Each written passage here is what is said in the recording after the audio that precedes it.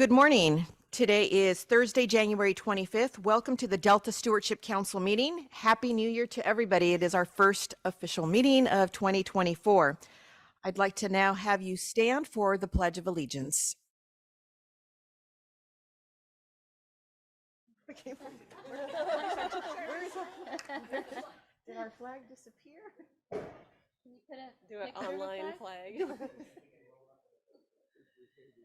There's no, what happened to our Oh, flag? here it comes. Oh, here it comes. Here we go. It's a procession today. Thank you, Eric.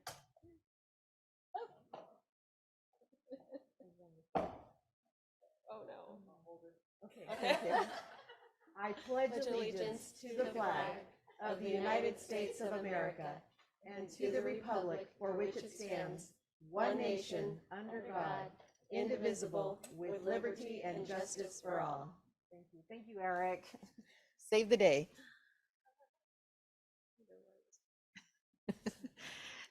Emma, would you please lead us in a roll call?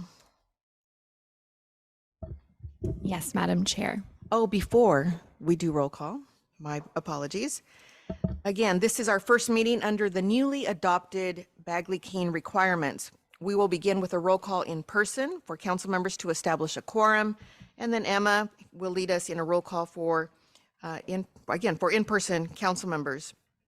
For our remote council members, Emma will also take roll call and have our council members disclose if there are any individuals over the age of 18 present with them, and a brief description of their relationship if they do have somebody over the age of 18.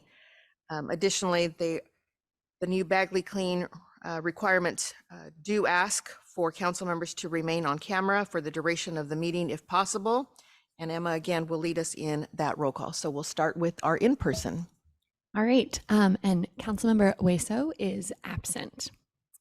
Councilmember Burgess. Here. Councilmember Damrell. Councilmember Lee. Here.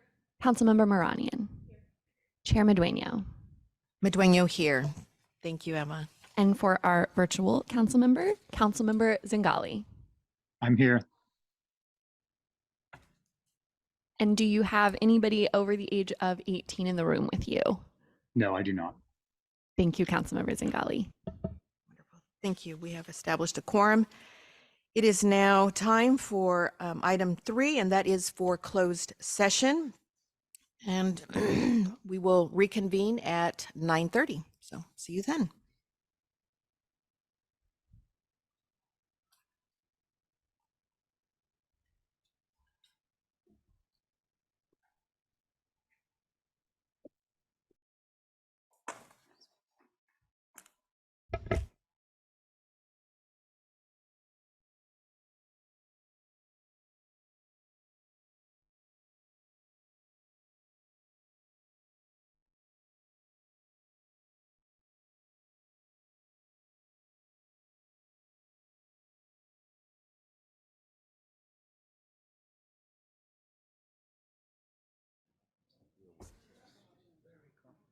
Welcome back to the Delta Stewardship Council meeting. It is now 9:30. We'd like to reconvene open session.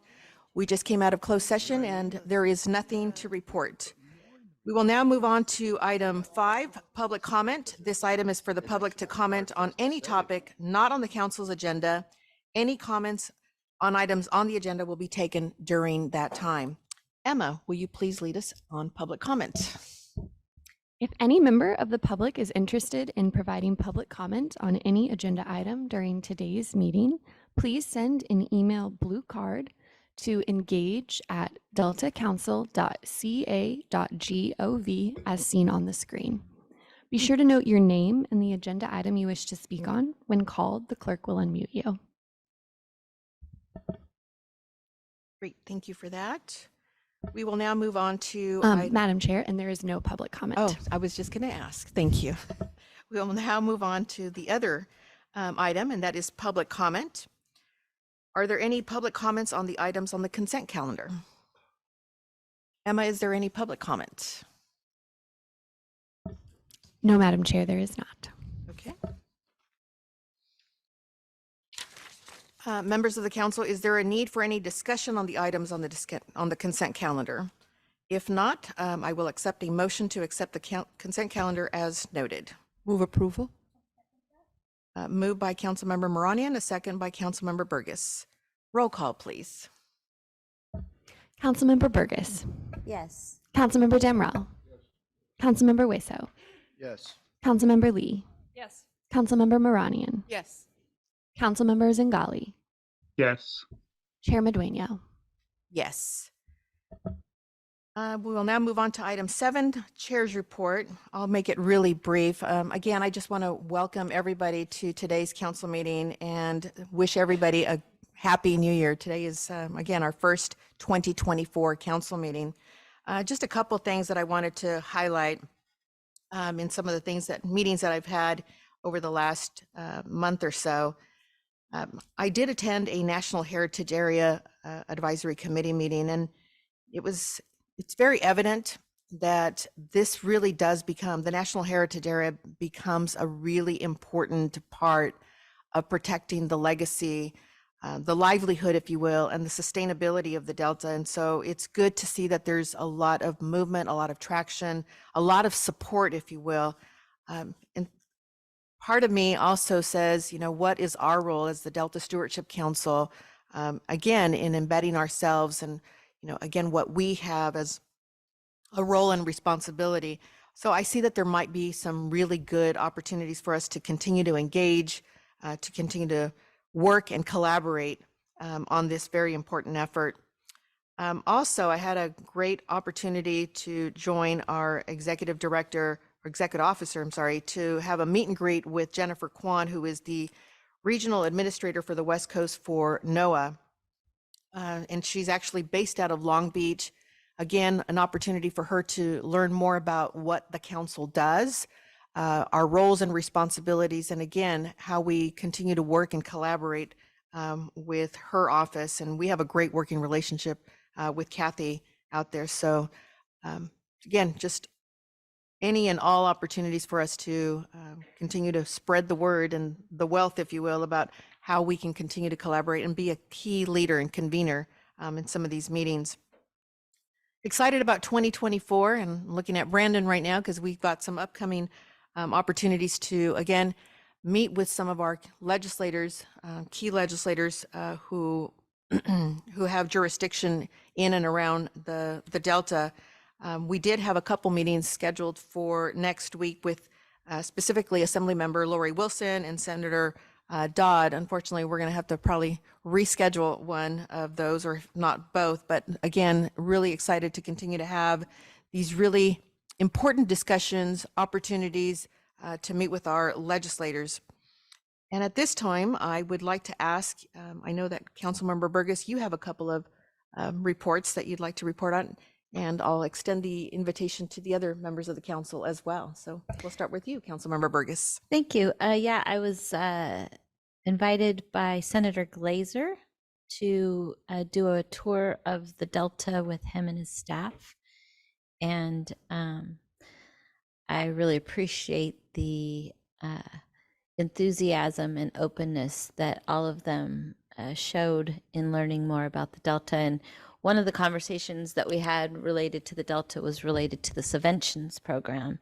And they've indicated a lot of interest in helping us get that funding somehow. So very encouraging. I know that I've been working with Stewardship Council staff and Delta Protection Commission staff to help our lawmakers understand why the subvention program cannot just go away.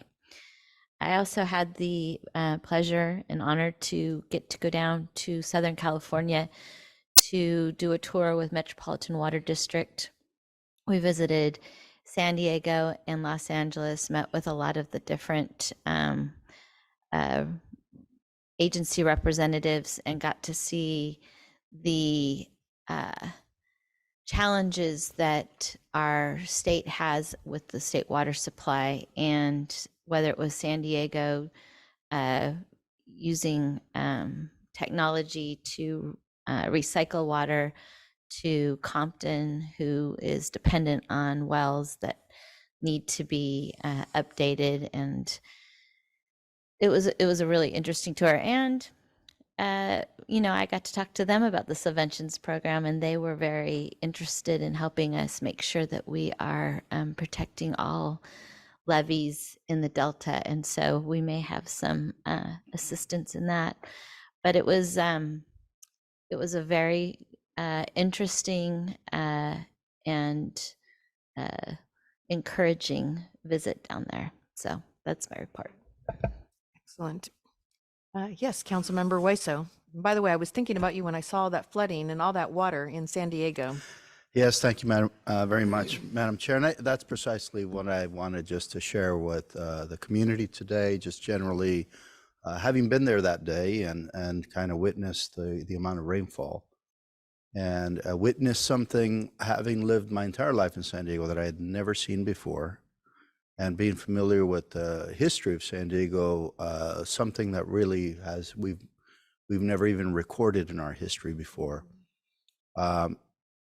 I didn't really get to see firsthand a lot of the flooding because I left that very day. That morning, as I was departing to the airport, I saw the traffic that was backed up. But I watched, there are now numerous videos that have been posted, and the mayor of San Diego has done tours of the hardest hit areas, and they're working on a recovery program for those communities that suffered horrific damages to their homes, property, and within the homeless community, there are people that are still not accounted for because they generally set up their temporary residence along the watershed. And I just wanted to speak to the watershed itself and the situations that we'll probably face in the future in California. In San Diego, a city that does not get a lot of rainfall, saw a deluge of water that created unprecedented damages to our trolley line, for example. There are segments of our trolley that were completely destroyed. There were pretty elevated areas. In the area that I was raised is pretty high above sea level, and there were entire communities that were flooded. I just can't process how that is even possible with the topography that is so flat in those areas. How was that even possible? Well, there was a deluge of water that precipitated approximately within 3 hours that did all that damage. And one agency that operates a very small reservoir in the county reported that 10% of all their water usage, and they're mostly an importer from outside sources, filled their in 3 hours, 10% of all their yearly usage was deposited into one lake. And that is just unbelievable. The percentages of how much water fell in a 3 hour period is something that I just think our system is not prepared for. While people were ready to criticize and say, well, how come we had this flooding because our drainage system is not well maintained? It really wasn't designed for that. That is the bottom line. It just wasn't designed to carry such a high load in such a small amount of time. And so San Diego's famous for its beaches, as you know, and the beach communities were hit very, very hard, in addition to all the runoff that probably carried with it lots and lots of solids. I mean, I saw automobiles go down these canals. They're not canals, but they're drainage systems, right?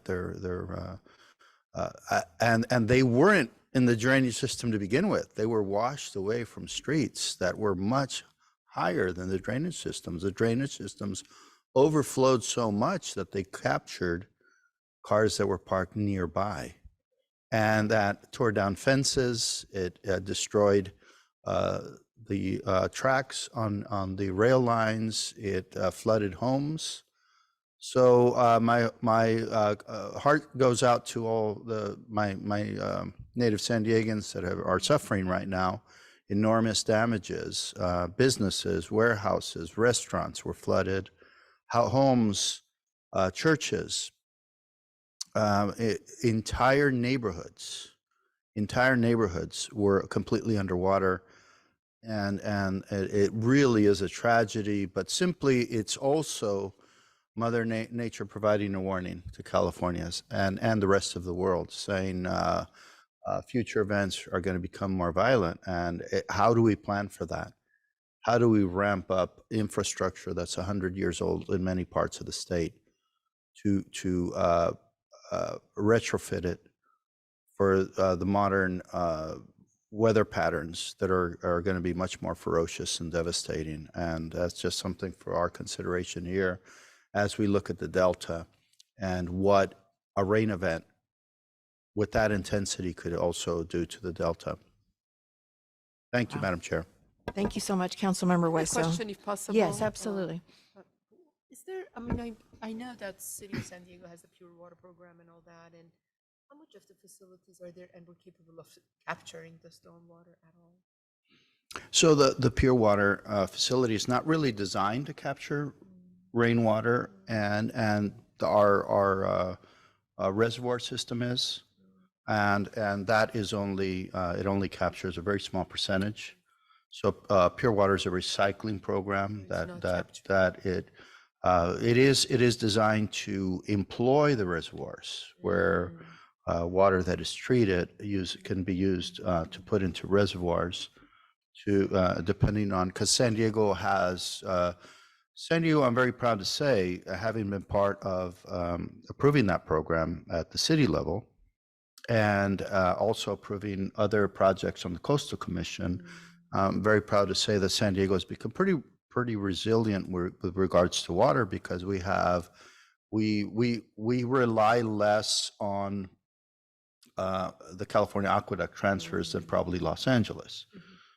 The majority of the aqueduct goes to Los Angeles, and San Diego, although San Diego pays into that program, doesn't really use that water.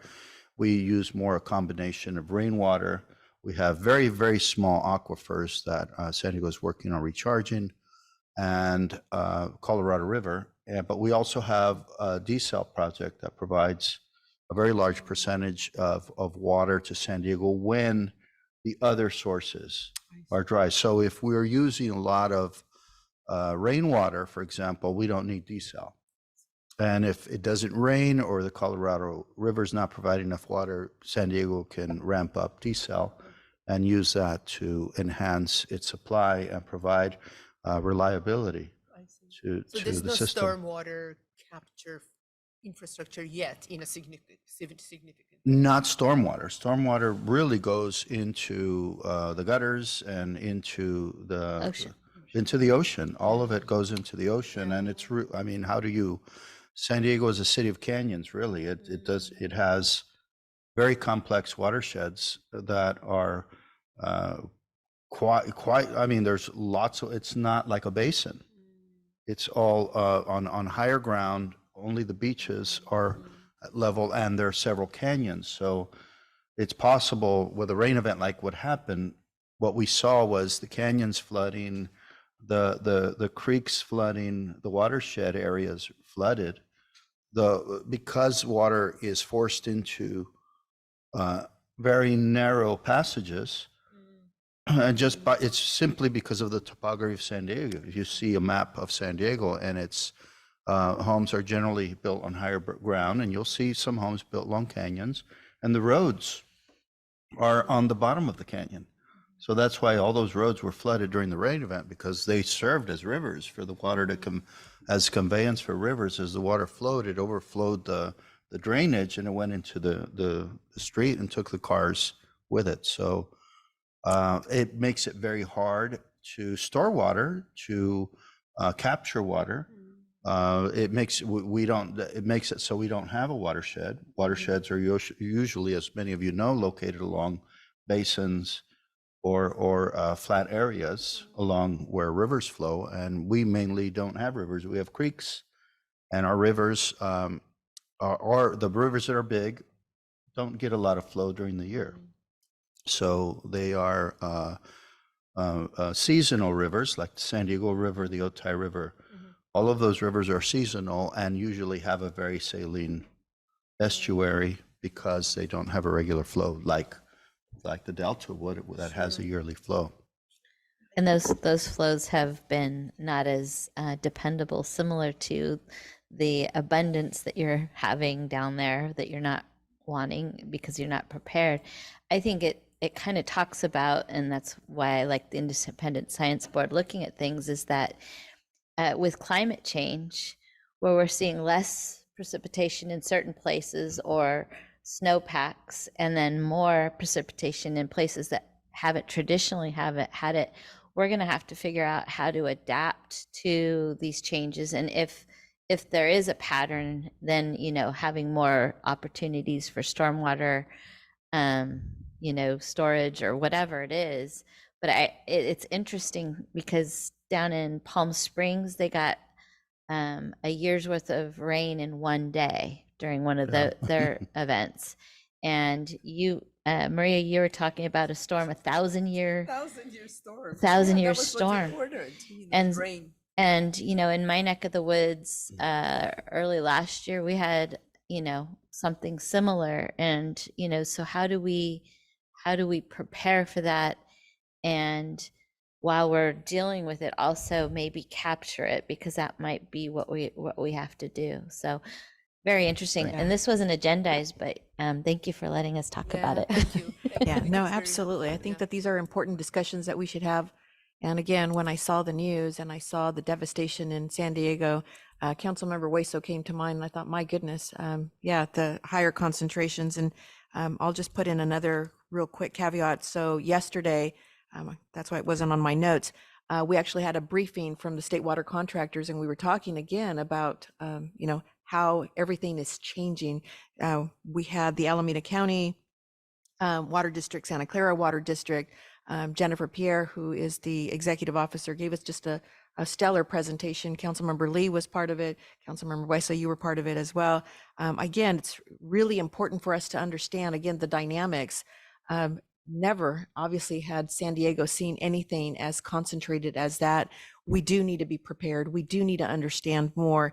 And it's my other second part is, I think it was yesterday as well, there was a lunch and learn session, and they were talking again about emergency response and getting notification out, especially to vulnerable communities again that aren't part of the mainstream. How do we inform? How do we get word out? Should we have you know, an unfortunate and catastrophic event in the Delta? How are we going to get notification out to some of these individuals that don't have social media, that don't aren't plugged into mainstream media? So again, all very timely conversations. We'll now ask if there's no other comments. We will now move on to public comment. Emma, is there any public comment on this item? No, Madam Chair. Excellent. Moving on, we will move to item 8, and that is our executive officer's report. And for that, we have our distinguished executive officer, Ms. Jessica Pearson. Good morning. Thank you. It's almost like we scripted this to stoke excitement for our March 1st Delta Adapts workshop that we're going to be holding in Walnut Grove, where we hope to preview some draft climate adaptation strategies that have been developed over the past 18 to 24 months. We hope to get into this kind of dialogue about, you know, what's missing, how we can move those strategies forward, who needs to be at the table for those discussions. So very excited about that. We are doing something a little unusual with that council meeting, where we're going to do a 2-day meeting. February 29th will be our regular business meeting, and then March 1st will be the Delta Adapts workshop, and again at the Gene Harvey Center in Walnut Grove. So more information will be available on our website for those who wish to participate.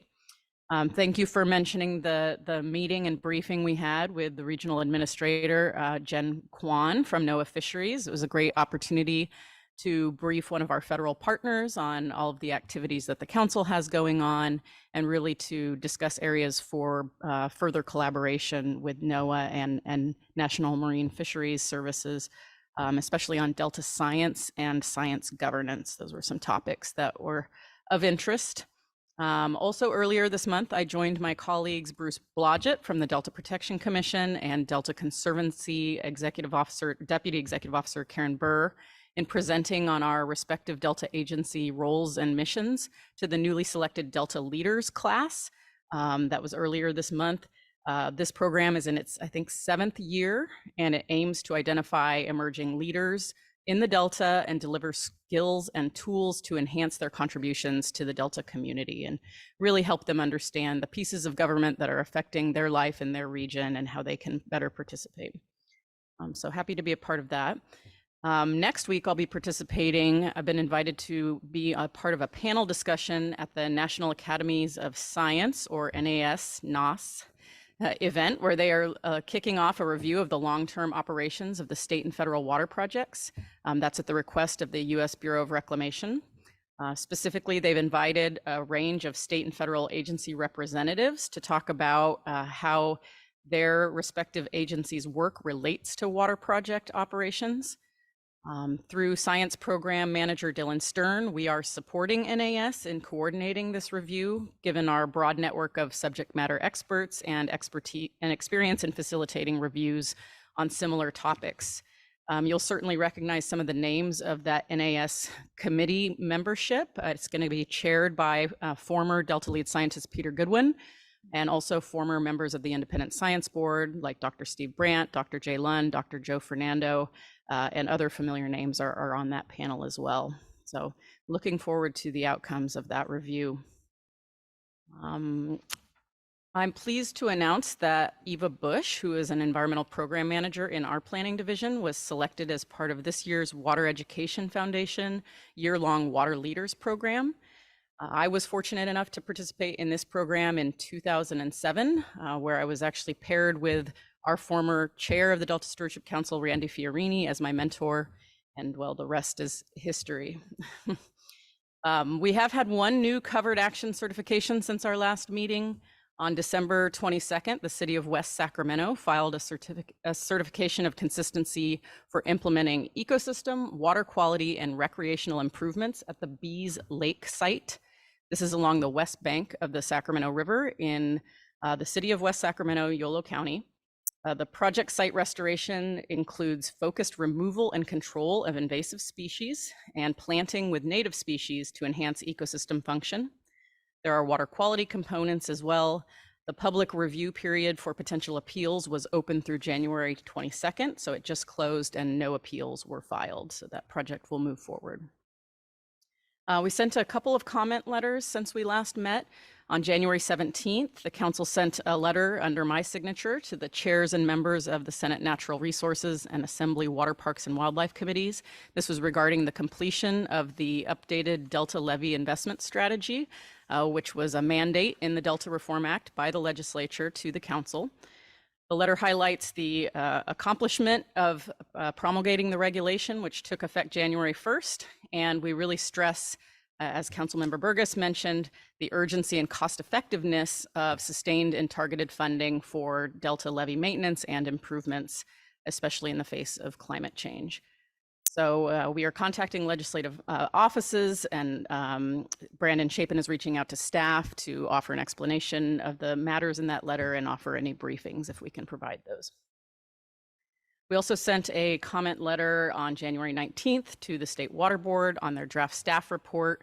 A copy of that is available in your packet. In the letter, we request additional detail on aspects of the proposed update, but really we offer our expertise on some of the matters that are outlined in the staff report, particularly best available science and adaptive management. And the letter is really designed to better connect and inform the Water Board to the work of the council and how we see these two processes intersecting. We welcomed a new 2024 California Sea Grant Fellow, Alexandra Stella, to our collaborative science and peer review unit. Alex is from Los Angeles, California. She recently completed her master's degree in marine science at Moss Landing Marine Laboratories. Her master's thesis focused on understanding the impacts of hypoxia on juvenile flatfish behavior. In her free time, she enjoys exploring new hiking trails, making her way through LA's food scene, and playing with her dog Birdie. So we're excited for Alex to join us and support our peer reviews and the development of the next update to the Delta Science Plan. We have in your packet the quarterly contract report, our outreach highlights report, and as always, our active projects list that the staff are tracking. And with that, I think I will hand it over to Jorge Aguilar for our legal update. So we have a couple of updates. I'll start with the first one, and that's Chair Medueno has already kind of referenced it a little bit, and that's that Senate Bill 544 took effect on January 1st, and that made some modification amendments to the Bagley-Keene Act. So now this council and other state bodies across the state of California are going to be operating under these new set of rules, which will impact just a little bit how we conduct our business. The main takeaway is that that's likely going to affect most of our council meetings, is that if that the statute provides that as long as there is a quorum present physically at the meeting location, that other members that are appearing remotely do not have to comply with older rules concerning teleconference meetings. So that means that you don't have to publish, for example, the address and open up the location for the public if so long as that you have at least for our case, council members present physically at the central location. It also requires the remote a member to be on camera at all times, and those are there's a lot of other nuances that staff's going to work with you, and we'll make sure that the council stays in compliance. But I just wanted to make sure that the council's aware that there's a few changes with how we're going to be doing business a little bit, but the staff's on top of it, and we'll make sure that we're in compliance. Yeah, I had a question, but go Sure. ahead. First, Councilmember Burgess. The last iteration that I read there was this point that said if the member joining remotely loses signal, the meeting has to be canceled. So if the meeting, well, a couple of things. The way the council is can act is there is a provision of the law that requires us to frankly recess, not only just recess, but actually stop the proceedings and then give notice to the public if there is a interruption of the meeting. And that can be not just with for example, here, Council Member Zingale, but also if our feed, since we are broadcasting via Zoom, if that were to be in some shape more than just like a minor hiccup, but if there was a real disruption, then we would have to adjourn the meeting, and notice would have to be given to the public, and then the meeting would have to be reconvened, and that can be done the same day, but and the meeting and the notice can be done in. There's different strategies we have as to how to make sure we give the notice. So hypothetically, if somebody's power went out, it would be paused, and then. Well, it would actually be adjourned at that point. So you would we close would the have meeting, to adjourn. and then we'd have to give a notice to the public that the meeting was going to then restart at some other point. And that's, again, I think that I want to distinguish. I would say that would be more so than just a minor hiccup, like we have a just Right. a 2-second, a couple minute, Right. electronic snafu. But yes, also if for whatever reason the council member that is appearing remotely can't appear on camera, he has to be able to explain the reason why he can't appear on So camera. if they have to excuse themselves to go to the bathroom or something, they have to actually let people know. Well, no, it's more of like if for whatever reason, that's a good practice, but if the camera fails, Uh-huh. he would have to give a reason, like I can't appear on camera for this reason. Okay. Yeah, no, these little nuances kind of made me nervous, seeing that this could, disrupt, because we have dozens of people that are showing up and it costs money to do a meeting. And so, to take the option of meeting remotely, I feel like it's a big responsibility to make sure that you're not going to end a meeting if you have a signal issue, a power issue, or whatever. And that again, like if it happens here, because we do have a C-SPAN and Zoom options so that the public can participate remotely. we would probably take the same course of action so that the public can remain informed and they don't miss any part of the meeting. Did you have a question, Councilmember Boyce?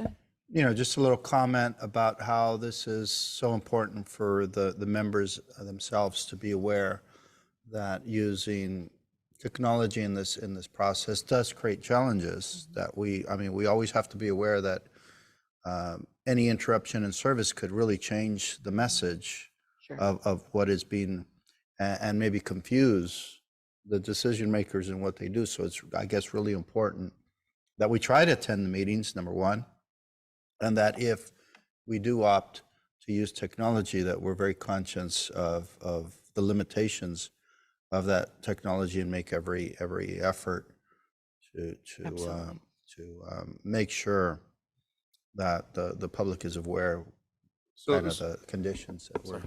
So the council has three options essentially. You can have a fully in-person council meeting. You can have a meeting under this rule for remote participation where you have a quorum, a majority of the members physically present. And then you can also operate under the old rules of teleconference where if you were going to appear remotely, you had to open the location, give an address, allow the public to attend that location as well. So there's three different avenues for the council to move forward. Yeah, and I think you pretty much answered my question, so we'll move on. Thank you. Okay, so the second legal update is just a matter of note for the council. This is a decision that came down in the Superior Court recently, and even though it doesn't directly affect the council, there's tangential, impacts given our authority and jurisdiction. And this is Sierra Club versus California Department of Water Resources, and what this case was a validation action filed by the Department of Water Resources with respect to three bonds that they had adopted back in August of 2020. And so then the bonds were adopted to basically pay for what they described or titled the Delta program. And the Delta program is effectively tied to the conveyance project. So it's it's for the conveyance of water. And at that time, there wasn't a formal Delta conveyance project.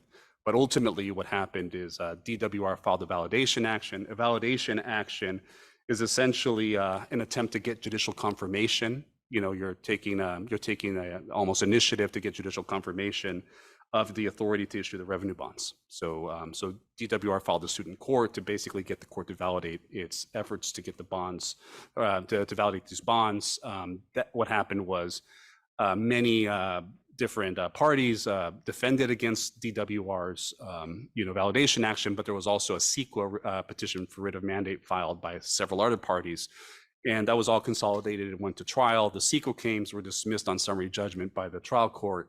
What remained and ultimately went to trial was the question of whether DWR had the authority to issue the bonds in the manner it did. And it all turned on the question of, how DWR went about with its resolution. They relied on the Central Valley Project Act and then a specific section of the government code in issuing those bonds as providing them the authority to do so.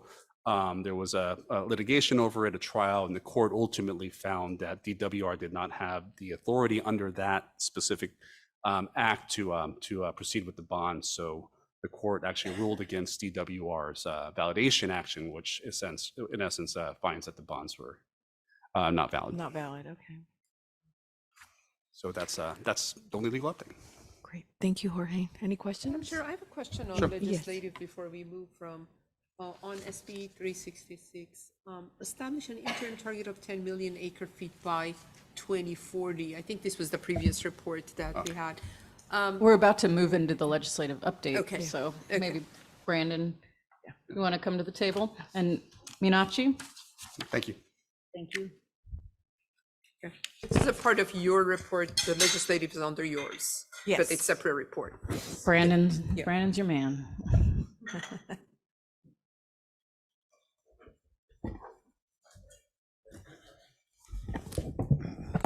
Good morning, Chair and council members. Morning. Just wait a second for the presentation to get up on the Sure. screen.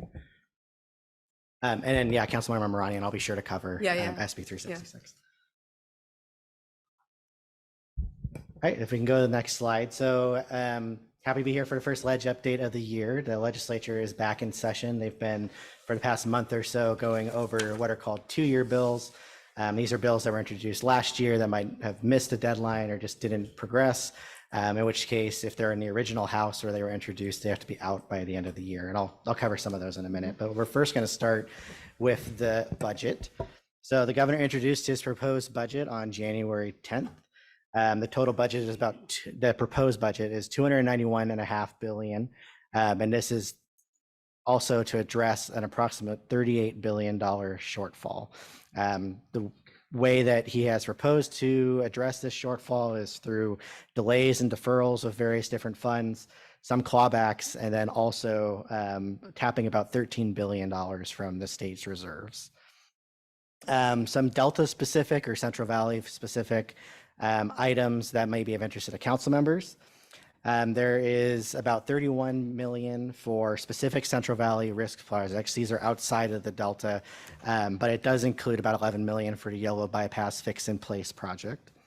There's $33 million to support the state's cost share and support critical U.S. Army Corps of Engineer and urban flood risk reduction projects. So these include a few projects that you've heard of. This includes the West Sacramento project, Lower San Joaquin project, the Lathrop Manteca feasibility study, and the Smith Canal Gate project. So this is all part of the state's cost share for these federal projects. And then there's also $29.6 million to address storm damage on state-owned Delta Islands for the upcoming year from the last year's rain events. So as Councilmember Burgess did mention, though, the budget does not include additional funding for the Delta Levy Subvention Program, which did have an appropriation in this current year's budget, but not going forward in the governor's proposed budget. So council staff, in coordination with the chair and members, will continue to find opportunities to stress generally the importance of prioritizing Delta levy maintenance and improvements to the legislature and the governor's office. So that includes such things as the letter that Jessica mentioned, last November's Delta tour, and then also the additional meetings and meet and greets and briefings that Chair Medueno also mentioned. One other note here is it was partially anticipated that the governor might make an announcement at his press conference about any potential climate change or water bond. However, that did not happen. As far as what's been reported, the governor and the Assembly and Senate continue to negotiate on what the size of this bond might be, what's included in the bond, as well as just interactions of other bonds that are on the ballot. There's a mental health bond that's on the March ballot, as well as some other potential bonds. So a lot of negotiations going on in the legislature right now of balancing all of that, especially with also the budget issues that the state currently faces. I'll stop right there really quick just to answer any questions on the budget or anything on that portion. Quick question or clarification, Brandon, on the bond, the climate change bond. So do we know what's the timeline on that? There hasn't been any announcement. Nothing. I was at the PPIC's luncheon yesterday with Speaker Rivas and also did not give any indication. I mean, they have until after March to get it on the ballot. So there's probably within the next few months by the deadline. Yeah, Senator Waiso. Councilmember Waiso? Yeah, that's what I was going to share. Usually they wait till the very last minute, the deadline, and they work out kind of either it's going to be a budget trailer bill or an actual bill, and there'll be negotiations on, it'll be probably done the week before the deadline or something like that. So you mentioned historically the deadlines are during the summer. I believe the deadline is in the summer. Yeah, so it'll probably happen sometime July or August. Yeah, and I do think partially too is to see what the results are from the bond that's on the primary ballot in March as well. That was what I was alluding to with that one. Yeah. Okay, thank you. The urban reduction, flood reduction is not specifically like designated to areas, or is? Well, they are specific They are? projects. Yeah, so that the four that I mentioned, like the Smith Canal project, West Sacramento project, those are specifically outlined, and I can get you a list of the full list of projects to you. Thank you. Yeah. All right. If I can go to the next slide. So as I mentioned, legislature has started, and there are two new faces for the council to be aware of. If you can see them. Oh, there we go. So first is Senator Mike McGuire is due to take up the position of Senate President Pro Tem of the Senate on February 5th. He comes from the North Coast area of the state, and so he will be taking over from Tony Atkins here in about a couple weeks. Also, we have Assembly Member Diane Papon from San Mateo, who has become the new chair of the Assembly Water Parks and Wildlife Committee. So as Chair Maduena mentioned, we're planning meet and greets, and that includes with Assemblymember Papon to both make her aware of the council, the role that the council plays, the importance of the Delta, and maintenance of levees, and working to get that on the calendar. Next slide. So next is as I mentioned in your bill packets, all of the bills right now in the bill packet are from last year. There has not been any bills of interest introduced up to this point, although the legislature still has until about mid-February to introduce any new bills. In terms of two-year bills to keep an eye on, one is this SB 366 that Councilmember Moranian brought up. So this requires DWR just recast the requirements for the water plan going forward, which is a general guidance and recommendation document for the state's water strategy. This would add requirements to develop a long-term water supply planning target by 2050, but then in the interim establish an interim target of 10 million acre feet by 2040. Of particular interest to the council is that the bill does include require the plan to recommend strategies for water supply compliance with the Delta Reform Act. So any actions taken towards water supply have to make sure that you're compliant with the Delta Reform Act. So that is currently in the bill as well. And I'll go ahead and open it up, Councilmember Rani, if you have any further questions. Yeah, I had a question. There was this whole idea of creating new water supply. Is that a part of this? You know, I was in discussions where they keep talking and stressing the idea of new water supply. And is it here, or could you shed some light on it? I'll have to get back on the specifics, but I do know that is partially part of it. But I can get back to you on what those specifics are in the bill. Thank you. Yeah. Brandon, I don't remember seeing Caballero on any of our potential meet and greets. Is she somebody? I have a relationship with her, but it's been a little while. But do you think it might be worth our time to actually have a meeting with her? She does have an interest in water for sure. So yeah, I think that if that is something you're interested in, we can definitely set that up. Okay, that'd be great. Thank you. I have a question. Should we, can you explain the role of the water plan? I mean, are there any requirements, regulatory requirements in the water plan? It's a planning document, right? So these would be planning targets. Yeah, this is solely a strategy and planning document. It already is something that comes out every 5 years from DWR. I think they just released a draft or maybe even a final. But this is just recasting what the legislature expects to be part of the water plan going forward. Got it. Okay. And I should mention it is out of the first house. It is in the Assembly Water Parks and Wildlife Committee right now. So it does have some time, even though this is a 2-year bill. It has until July. And actually, it's a good segue. One thing I've added to your bill reports is a deadline for each bill, because every bill now, since we're in the second year, has a different deadline based on when it was introduced. So just to help you keep track of what kind of deadlines each of these bills are running up against.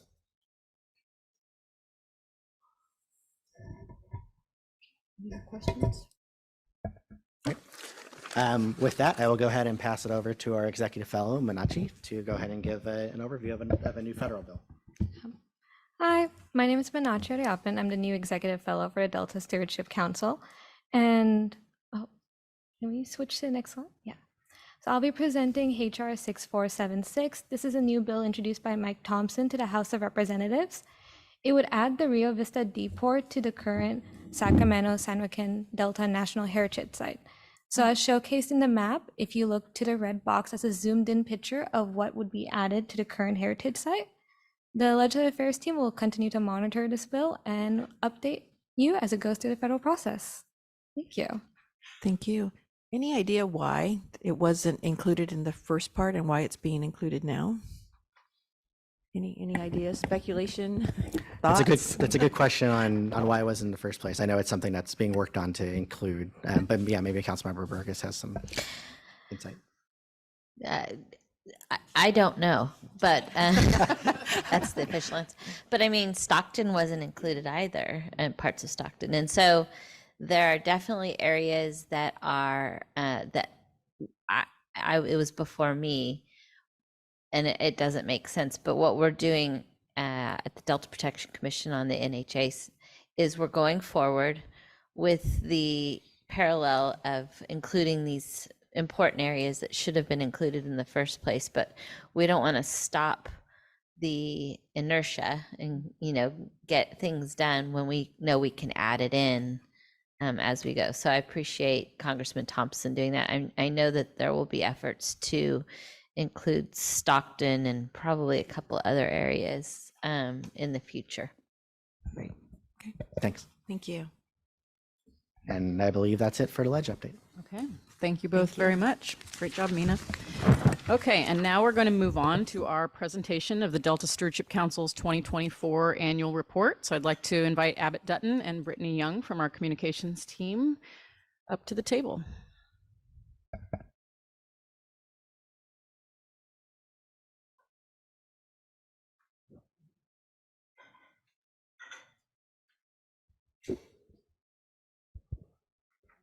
All right.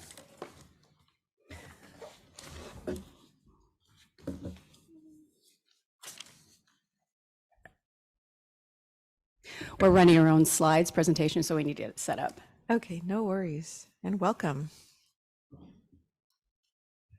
Ready? Okay, ready. All right. Well, thank you, Jessica, for that introduction. Good morning, Chair Madueño. Good morning, council members. It's a pleasure to be here today to present this report to you. With me today is Information Officer 2, Brittany Young. Brittany oversees the council's communications team, and it was a big part of getting this report together. We're happy to be here today to present our agency's 2023 annual report, the theme of which is progress through partnerships. The communications team and the executive leadership felt this theme best described our collaborative nature of our work last year. Before we look at 2023, let's talk about what we plan to achieve through our annual reports each year. The council's communication team develops a report to showcase the agency's progress toward California's co-equal goals. Each year, the council's communication team develops a report to showcase our agency's progress toward those goals. Staff presents the annual reports at the first council meeting of the year, and these presentations usually center around the report's theme, content, format, and distribution. 2022 was the council's first annual report that was formatted as a story map as opposed to a document. When we presented it to you last January, we heard your appreciation of using the story map platform to bring our reports to life. So with your feedback in mind, the council's 2023 annual report is hosted in a story map platform once again, and it's even more interactive this year. For those who aren't familiar, a story map is an interactive web-based platform that allows authors to tell their stories interactively and in the context of other multimedia content. For the optimal user experience, we recommend viewing the story map from a computer rather than from a tablet or a phone. And as I'll play here, the top of the story map begins with an introduction that includes audio clips from Chair Madueño and Executive Officer Pearson. These audio clips celebrate 10 years of the Delta Plan, as well as milestones related to the Delta Levee's investment strategy, tribal engagement, science funding, and so much more. Next, visitors will arrive at a people-centric section that recognizes the incoming and outgoing leaders who served the council, its executive team, and the Delta Independent Science Board, some of the faces you may recognize here. Just gonna let this scroll through for a second. This is a live screen recording from the story map itself, so consider this a little spoiler alert. And then next, we're going to reach a new section, which is a reflection on former council chair Phil Eisenberg's career. Well, one way we interwove the theme of progress through partnerships throughout this report was by offering opportunities to hear from not just our staff, but our collaborators as well. In total, the report includes a whopping 22 quotes from our internal staff and external collaborators, more than half of which are provided in an audio format. Well, now we'll pause briefly while we hear one of those clips. As challenging as our agency's work is, it is equally rewarding given the importance of the Delta to current and future generations of Californians. The Delta is many things to many people, and its future will depend on effective and meaningful partnerships that recognize and reflect this truth. I'm particularly proud of our collaborative efforts in 2023 related to tribal engagement, science funding, and setting priorities for state investments in Delta levees. None of these things would happen without the collective efforts of our fantastic staff. I hope you enjoy learning about these accomplishments and other work of the Council through this report. And now we get to the story. The story begins with an important reminder that's foundational to our mission. Collaborative science moves us forward. The report spotlights the Delta Resident Survey, integrated modeling, peer reviews, events like our adaptive and salinity management forums, and more, all as important chapters in our 2023 story. It also includes swipeable findings that were released in 2023 from research that the Council funded to support important decision-making topics related to remote sensing for invasive species management, the surprising climate impact of growing alfalfa, and shifts in the food web over a 45-year timeframe. At this point, in the story, readers understand why being a champion of Delta science is essential to the Council's regulatory role. From there, the story flows into a detailed description of the ways in which the Delta Plan serves as a common vision for taking on the Delta's challenges. These highlights include the Secretary of State approving the Council's amended Delta Levees Investment Strategy, DLIS, ecosystem restoration forums hosted by the Delta Plan Interagency Implementation Committee, DPIC, efforts by the California Department of Water Resources, the Metropolitan Water District, and others to reduce reliance on the Delta as a water source, and more. The story then transitions into ongoing progress. This includes information on performance measures related to how more efficient water supply and water efficiency supports the overall supply for Californians, how a healthy Delta ecosystem needs significant acreage of natural and functioning habitat, and also how Delta communities are actively reducing their flood risks and insurance premiums. Next, the story describes progress in boosting regional resilience through the Council's Climate Adaptation Initiative, Delta Adapts, and developing the Council's Environmental and Tribal Justice Issue Paper. The story concludes with a timeline of events and presentations, blogs and science publications, outreach efforts, and more, as well as a space that's dedicated to looking ahead to our work in 2024. And speaking of outreach, the communications team will actively distribute and promote this report. Along with annual reports from 2019 to 2022, a link to the 2023 story map is now on our annual reports webpage. Starting this afternoon, the communications and executive teams will start broadly distributing this report through our website, our email announcements, our social media platforms, and as well through one-on-one connections with our colleagues, external partners, our newsletter editorial teams, friends, and of course, family members. In addition, we will also promote the report among audiences with the legislature, as well as hiring and recruitment. In the coming months, we will monitor earned engagement. Our 2022 story map brought in about 800 views, and this year we're hoping to build upon last year's successes and learnings to get into the thousands. You can consider this presentation our very first plug. And before we close, I'd like to extend a few thank yous to the Council's Information Officer, Carly Guadagnolo. She played a big part in the annual report as well. The entire executive team for their feedback and help on this, and IT specialist Chris Hahn. Also, a big thank you to those who provided the quotes, those who provided photos and videos throughout the year. We really appreciate that.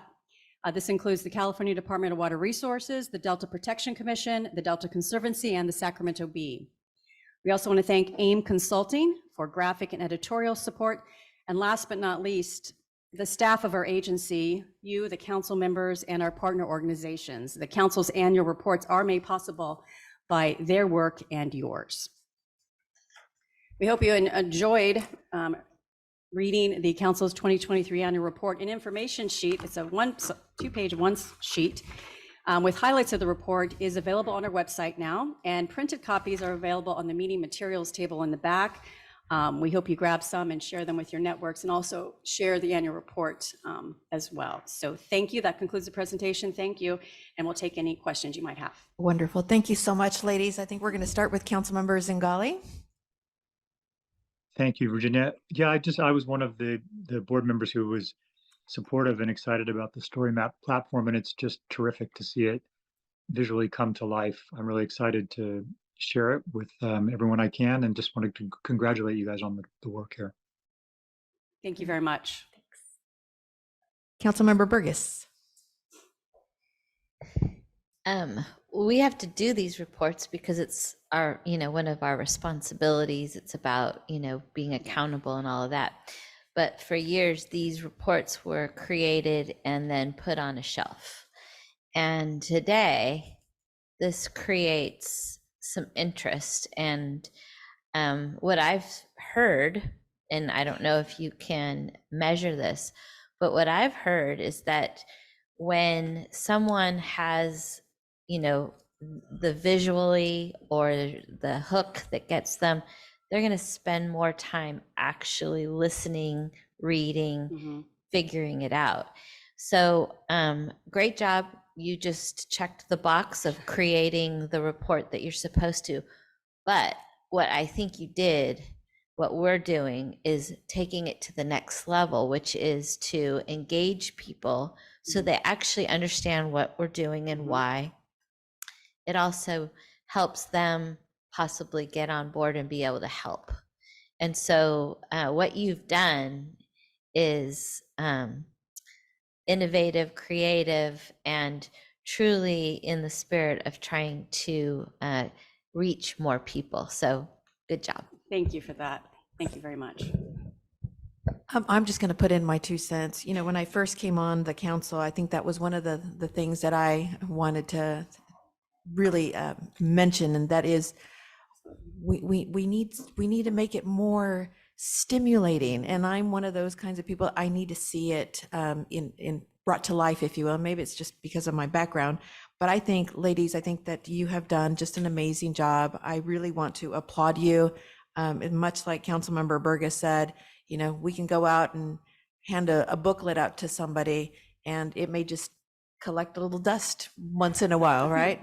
We don't want that. I think that this is truly stellar. I think that this is new age.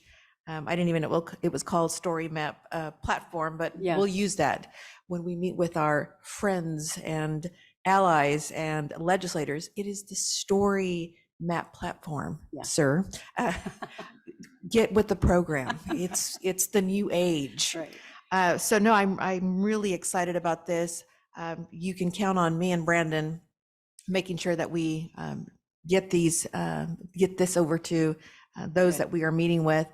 Is there any way, I know that we're kind of deficient on some maybe funding, but if we could provide, a thumb drive with this already plugged in, with our logo on it, and I'm just saying, I'm always thinking about how do we again make it easier, if you will, for the end user. Or a QR code. Yes, we've got it covered. We have on the one sheet that you can take, you all can take, we have a QR code that goes directly to our website where you can read the full report. So even better. Yeah, we've got that covered. But thank you. And I want to thank you, Chair Medueno, for providing video and photos throughout the year, and everyone else, because that really did help us bring this to life. So thank you. Absolutely. Well, I missed the mark. We were having this meeting with Jen Kwan, and I missed it because we always try to get that selfie in, but we missed it. But we'll get better. You have 10 more months. We've got 11 more months.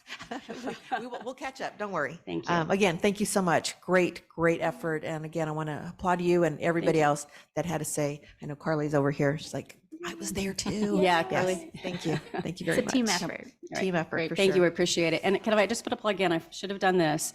For those who have not signed up to receive our email announcements, you can go to our website, go to the bottom, and you can sign up, and you'll receive all of our announcements. You'll receive our annual reports, the Delta Adapts workshop that Jessica was talking about, and you'll be in the know. So we really encourage people to sign up. Absolutely. Council members, let's be in the know. Thank you so much. Thank you, Brittany. Thank you, Abbott. And I don't get to hear Abbott's news anchor voice very often, so I really enjoyed that part of it. It's like I'm watching it on Good Day Sacramento. right. So thank you. Thank you. Appreciate that. Wonderful job. Okay, and so for the rest of today's agenda, we're going to hear our Delta Lead Scientist report from Dr. Lisa Marie Wyndham Myers. Then we're going to hear a presentation from the Delta ISB Chair, Dr. Lisa Wanger, including an overview of their upcoming 2024 annual work plan. So with that, I conclude my Executive Officer's report. Thank you for your patience and engagement. And now we can see if we have any public comment. Wonderful. Thank you. Emma, do we have any public comment? No, Madam Chair. Okay, we will move on now to item 9, and that is our lead scientist report. And for that, we have Dr. Lisa Marie Wyndham Myers. Thank you, Chair Meduena. Great. Well, Happy New Year. Thanks for inviting me back to give this presentation. I am going to first highlight a publication that was partially funded by the Delta Science Program. And it's an issue that's not going away. And it's basically harmful algal blooms, which you've probably heard about many times, but I'm just going to report on this particular year, 2022, which sounded like quite a uniquely bad year for those. I'm going to provide a summary of this publication by Ellen Preece and others that's concerning management of the harmful algal blooms in the Delta.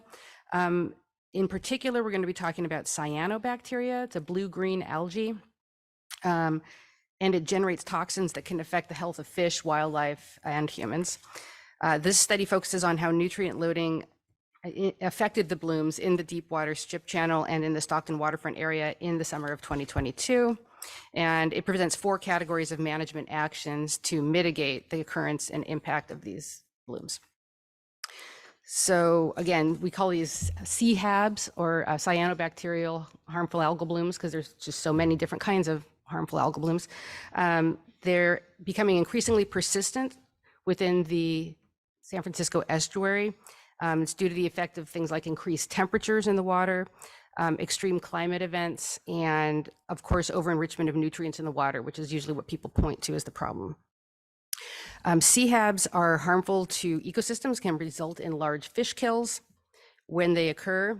Large estuarine systems, such as the San Francisco estuary, can be prone to hotspots due to a variety of reasons, such as sources of nutrients, freshwater stagnation, or pulses that are related to storm events. So this study is focusing on specifically the deep water strip channel and the Stockton waterfront that had the most severe HABs in this year, and where a HAB event occurred during the summer of 2022. And they particularly are looking at things like what made it happen there in terms of nutrient loading, nitrogen, phosphorus in the surface water. And they also look below in the sediments in the pore water to see if it was coming from below the nutrient supply. So they characterize the time and space over this large region from like McCloud Lake out to the confluence with the San Joaquin.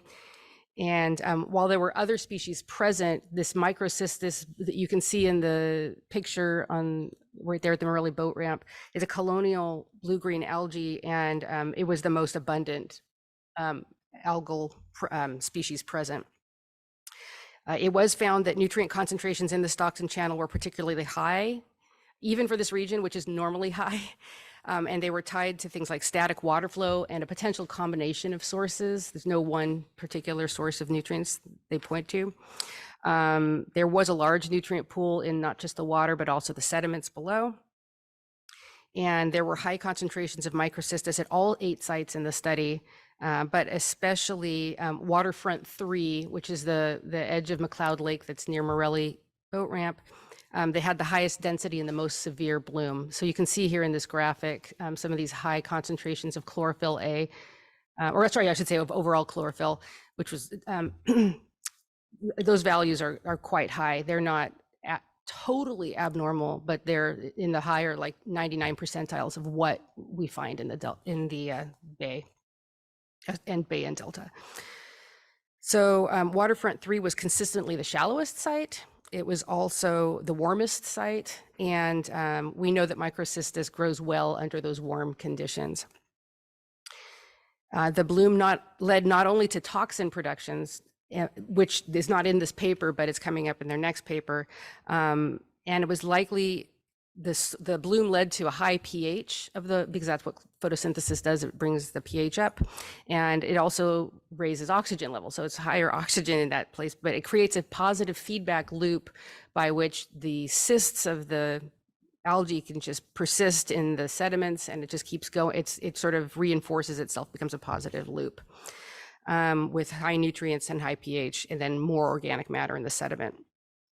All of these events together created an internal and external nutrient loading that created the ideal environment for this particular bloom, this cyanobacteria, to grow exponentially, and the bloom lasted until December 2022. So that's long time for a bloom to be persistent. To reduce the intensity and frequency of CHABs in the future, there is no one perfect solution. This paper outlines 4 main categories and management tools to mitigate against CHABs, and whether they would likely make a difference in the Stockton channel. So they looked at external nutrient control, chemical controls, which could be algicides or flocculants or barley straw, anything you can put in there to absorb or adsorb the nutrients that were available to outcompete the cyanobacteria. Another idea was to introduce aquatic vegetation as a biological control, because then it could compete for those nutrients and then again hold back the cyanobacterial growth. And then the last idea is physical or mechanical controls by using flows to disrupt the life cycle of the cyanobacteria and prevent the accumulation of colonies or dredging below that can remove the seed stock of the cyanobacteria in the soil.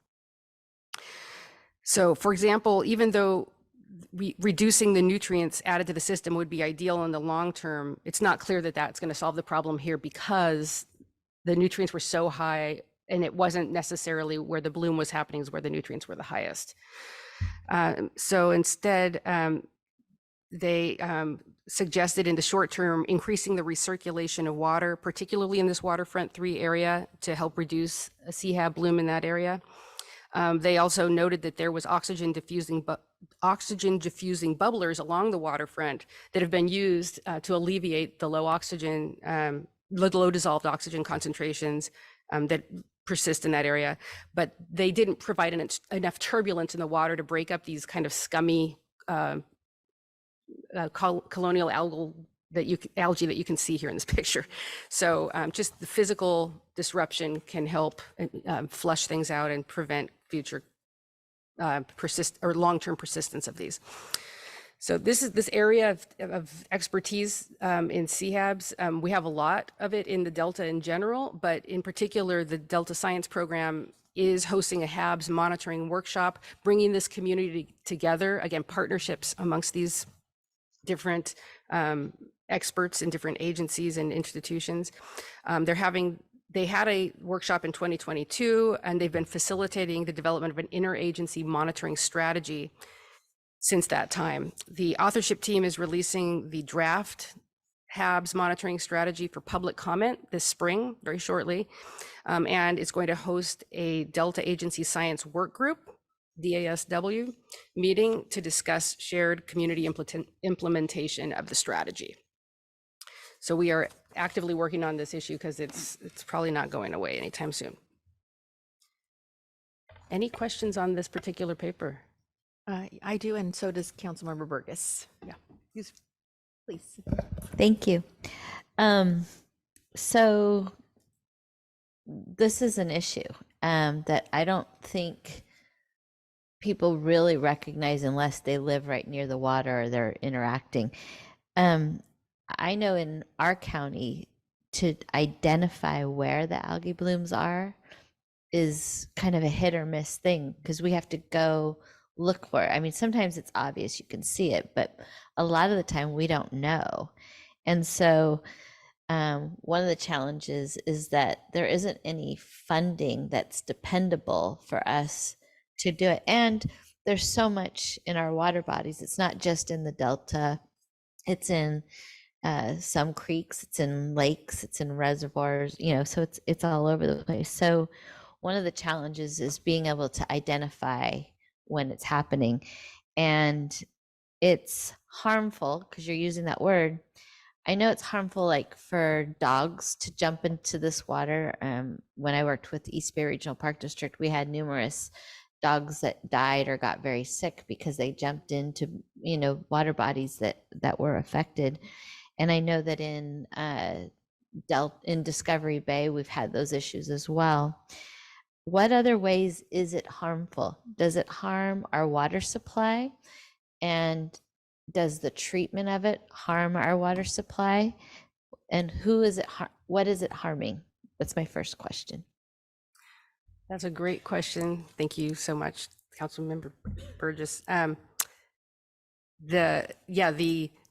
There's many ways to be harmful, and so we have to be very specific about why this focus here on cyanobacteria, because it does create a unique toxin, and that particular toxin is harmful to fish, people, dogs. It's of concern from a health perspective. There's also harmful algal blooms that are just considered a nuisance because they clog things. They clog inlets, or lead to shading or things like that are ecosystem or infrastructure risks. But in this particular case, the toxin is the biggest concern. So it is harmful health-wise, but it's also harmful financially, because it can mess up systems, and it costs a lot of money to deal with it and all of that. So the source, I know you said increased nutrients. It's also increased temperature, because sometimes the water's shallower or it's just hotter, and the sun, and decreased oxygen levels. Am I covering a lot of it?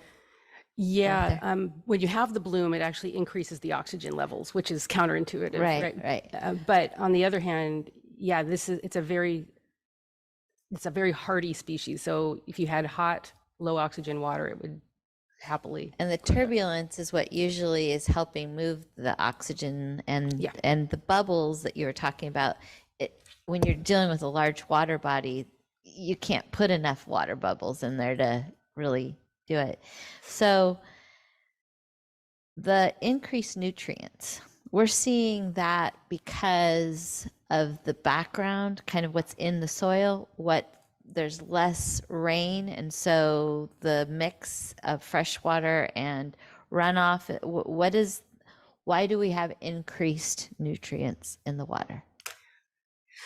Well, I'm asking these questions not because I kind of know, but I do think it's really good for people to that haven't been exposed to it to kind of understand.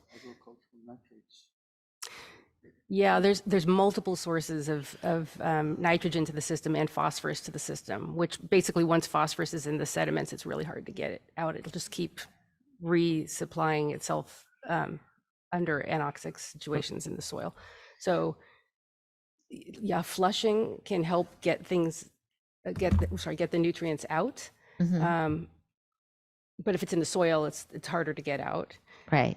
But there's so many sources of nitrogen, from sewage to agricultural to and naturally occurring. So it's a whole extension. Natural fixation. So the last question I have is, we saw a lot of rain last year, and so we saw a decreased level of algae blooms. Is that correct? I hadn't heard that link made specifically, but temperature is usually, the high temperatures of the water is the best predictor. And the more flow coming through. Yeah, so if it was cooler and there was more flow coming through, then yes, that might be why 2023 was not a year of hotspots. Yeah, it just seems like previous to that, there were a lot of, 2022. you know, we had quite a few years of drought, Yep. low precipitation, and higher temperatures, and so we saw more algae blooms. Thank you. Lisa Marie, just point of clarification, and thank you for providing, again, more of an extensive background on the whole HABs issue. And I did sign up for the workshop and hoping that we can really broaden the, if you will, the net, cast the net, wider net for more people to participate, in particular, City of Stockton, San Joaquin County, electeds, nonprofits, just because HABs has been such a big issue for that area. And having been out into that area, not specifically to that boat ramp, but near the waterfront where, you know, I would drive by there and I thought, my God, where did this green stuff come from? I mean, it was so prevalent, but it was also really prevalent with the invasive aquatic water hyacinth. And so actually that was my question. You talked about perhaps introducing maybe some aquatic vegetation that may be able to eat some of this. Is there a correlation between water hyacinth and HABs? That's a good clarification point. The water hyacinth is not going to consume, let's say, what it's going to do is the bacteria. What it's going to do is shade the bacteria and also take up some of the nutrients in the water so that the harmful algal bloom is reduced, because it doesn't have the light and it doesn't have the nutrients to keep going. Okay. It's that's the key effect. And because Stockton being what it is, obviously we encourage and we tell people don't go fish, but I'm guessing some people are still fishing. What are the impacts in terms of fisheries to those that need to, have to, you know, how, and is that going to be part of, you know, what we're also going to be discussing in this workshop? These are wonderful questions, Chair Mudueño.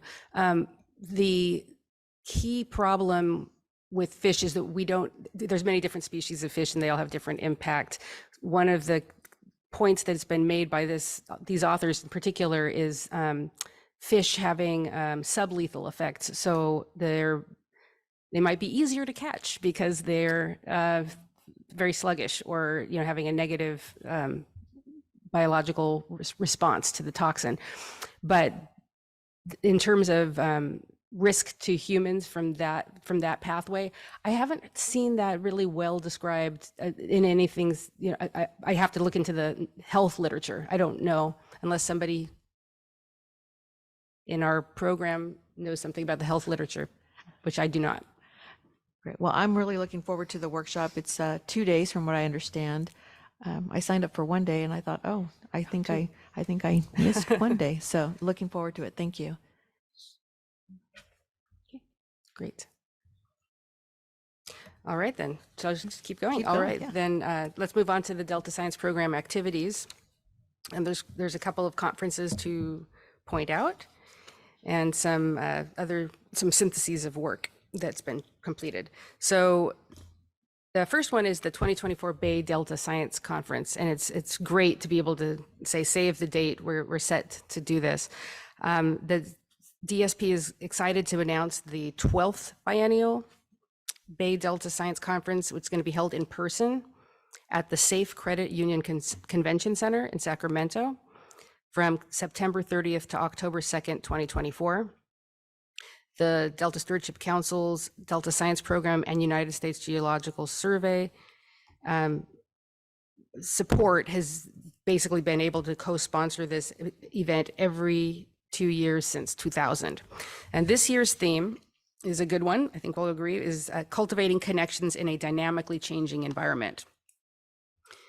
It recognizes the need for diverse perspectives to confront the multiple challenges in a dynamically changing environment such as the Sacramento-San Joaquin Delta. To cultivate this more holistic approach to conservation, the conference will include talks and sessions that encompass a wide variety of disciplines, such as the use of traditional knowledges, identifying contaminants within and around the watershed, identifying the needs of various species, and exploring ways to mitigate climate change impacts, among other topics. Registration and a call for sessions abstracts will open later this spring, and so stay tuned to the listserv for updates on that conference. We're also going to highlight here the executive summary that came out this year based on the 2022 edition of the State of Bay Delta Science. For this edition, there were 7 peer-reviewed articles exploring the latest scientific understanding of the ecosystem roles of plants and algae in the Bay Delta, and it was published in the open access San Francisco Estuary and Watershed Journal. The full edition emphasizes the benefits and the negative impacts of different species of plants and algae on the region's ecosystems and human uses. This executive summary that recently came out, it offers a condensed version of the overall edition of SBDS, and it provides a snapshot of the main topics covered in each article, highlighting key takeaways and summarizing the next steps to consider for future science and management actions. The topics explored in the edition, in the SBDS edition, included ecosystem services and disservices of plants and algae, primary production, ecology of aquatic vegetation control, remote sensing methods, harmful algal blooms, and carbon sequestration and subsidence reversal. And this executive summary is an easy way to orient yourself to all of those other publications if you haven't read them yet. They're still highly relevant, all coming out in 2023. Okay, also on your radar, the State of the Estuary Conference. It's happening in about 2.5 months, and it's the next State of the Estuary Conference in the series, and it is at the Henry J. Kaiser Center for the Arts in Oakland, California.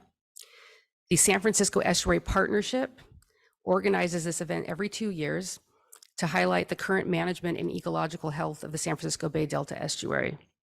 The conference provides a critical venue for drawing deeper connections across individuals and institutions, working on climate adaptation, environmental justice, and region-wide watershed stewardship.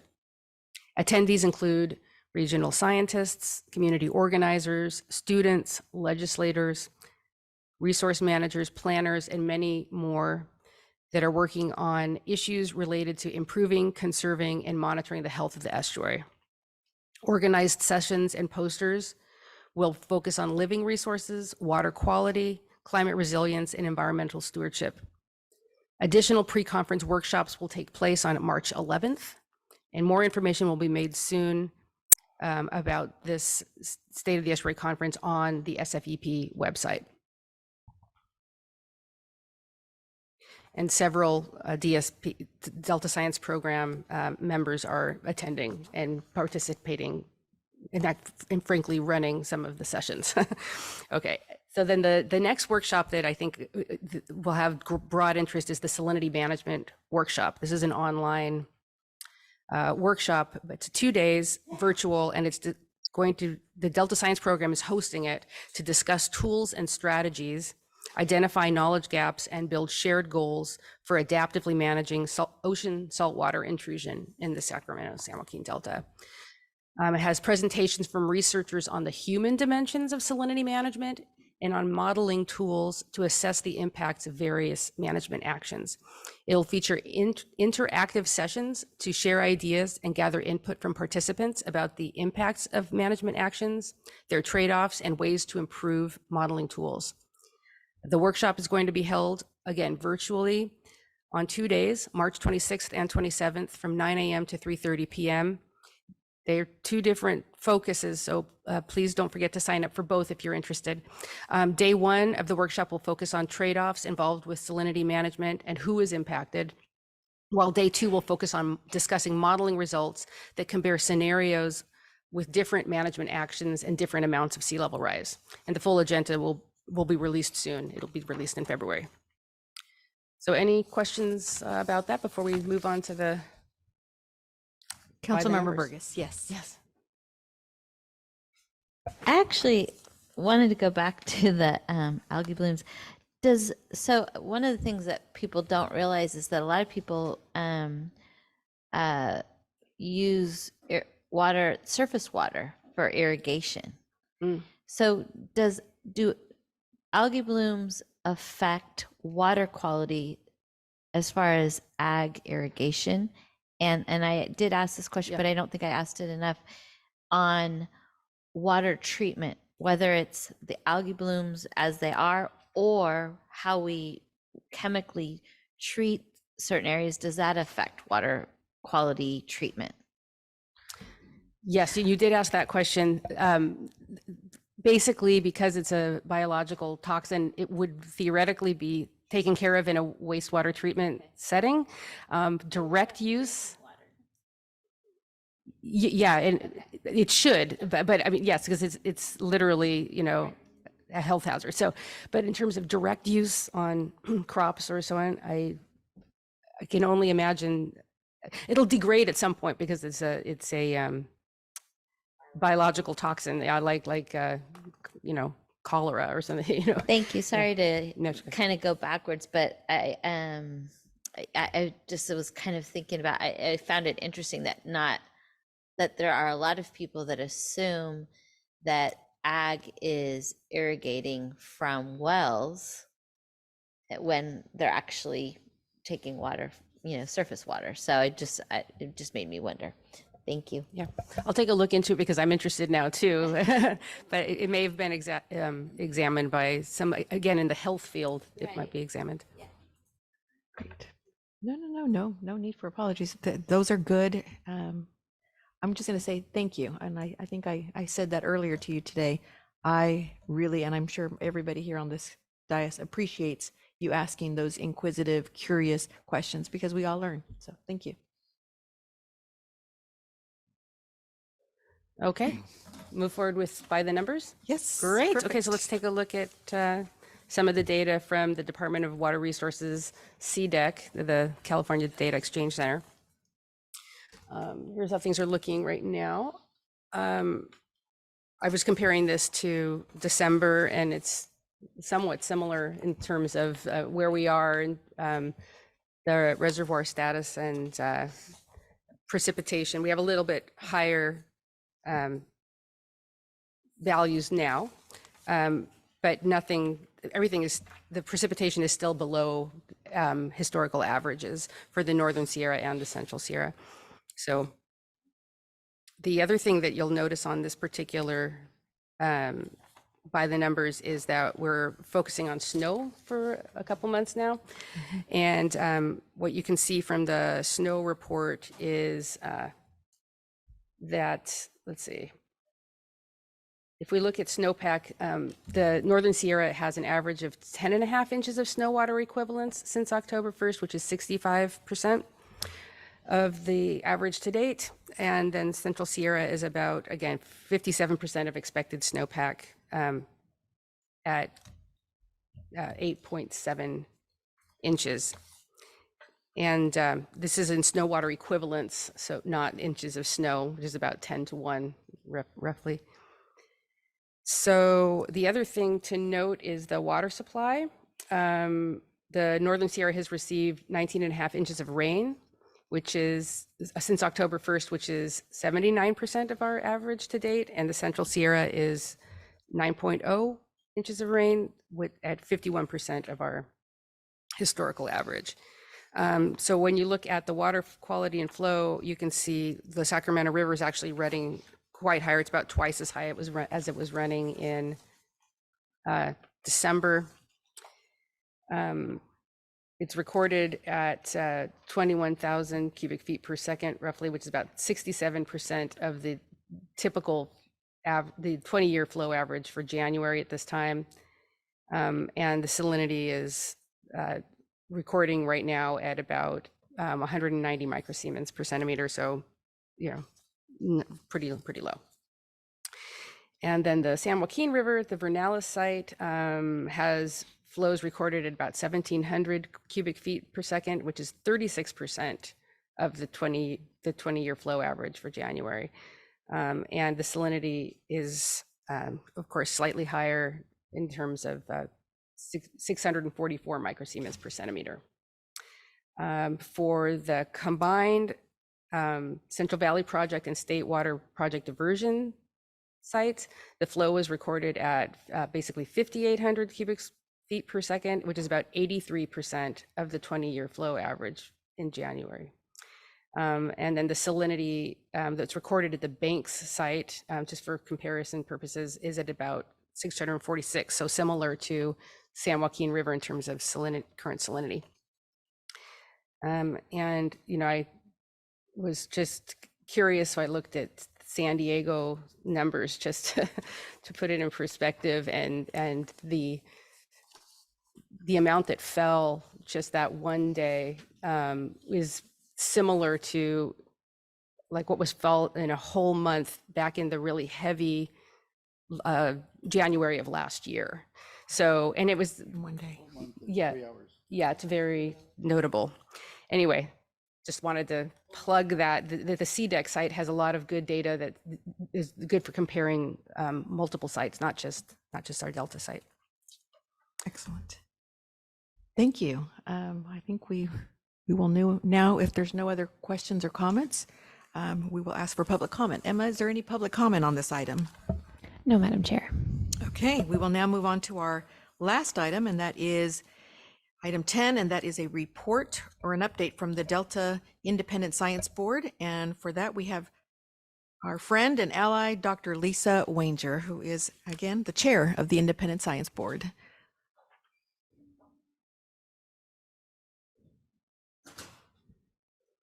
There she is.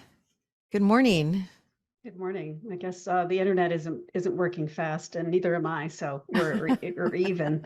Thank you, council members, for giving us time on your agenda. I'm here representing the Delta Independent Science Board to give you some retrospective on what we've been up to and what we hope to accomplish in the year ahead.